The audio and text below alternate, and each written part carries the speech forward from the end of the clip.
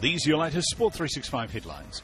The All Whites marched out onto the Shanghai Stadium this morning without the experienced defender Ryan Nelson in their ranks as they took on China in an international friendly. On the half-hour mark, the Chinese seemed to find the hole where Nelson is normally found. Near post they go, and they've scored. Well, it's squeezed between Mark Paston and the player on the near post. It's the number 4, Zhao. The Kiwis, though, took the fight to the Chinese and were rewarded just before the break when they earned a free kick from just outside the penalty area. And the ball is played and the goal is scored. So Chris Wood has equalised for New Zealand. The goalkeeper came. He was nowhere near the big Kiwi centre forward. The visitors had their tails up and Marco Rojas went close to giving the All Whites the lead just a minute later. 3 in the penalty area. 1 at the far post as well. Rojas! Oh, saved by Wood. Into the second spell, and not for the first time, keeper Mark Paston was called on to keep the All Whites in the game. Driven back in again by China. Oh, what a save, Mark Paston! What a save from Paston! The All Whites hanging on to draw the match 1-1. Their next outing is a World Cup qualifier against New Caledonia in March. Meanwhile, in a friendly being played in Krasnodar in Russia, the home side took an early lead against the United States. The US caught up down that side, and he's marked his debut with a goal. It took till the 76th minute for the Americans to get back into the game. Michael Bradley with a rocket. Picked up by Agudelo, and Bradley has scored!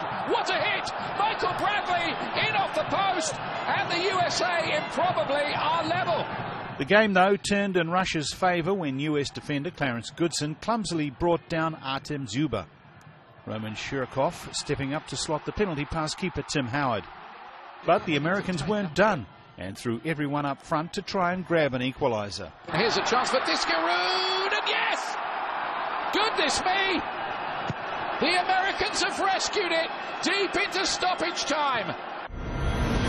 Ahead of Sunday morning's second test of the European Tour against Italy, Rome's rugby fans were out in force to see the All Blacks training.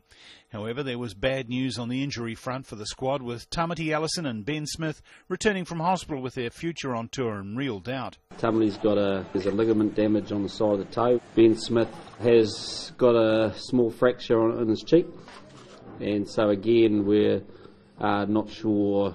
Both are out of this weekend's test, and that leaves the squad desperately short of midfield cover. Tamati's is a little bit unclear about how quickly it's going to settle down, and Ben is the type of injury that it is possible to play with, but we just want to make sure we get people who give us the right opinion on that. One man missing from the sightseeing trips was Adam Thompson, who was facing the judiciary panel in London this morning after being cited for raking the head of Scottish lock Alistair Strokosch. Thompson was handed a 1-week ban and will be available for the All Blacks against Wales on November 24th or England a week later. As for the Wallabies, they've been licking wounds of a more psychological nature after their 33-6 thrashing at the hands of France. When the result doesn't go your way, you've got to find out why we came up short, why we didn't get the job done, and met the coaching staff and a few of the boys, put really good presentations into why they thought, why we didn't win, and everyone's bought into it, and we're ready to, want to fix those areas. Next up for the Australians are Stuart Lancaster's new look England side.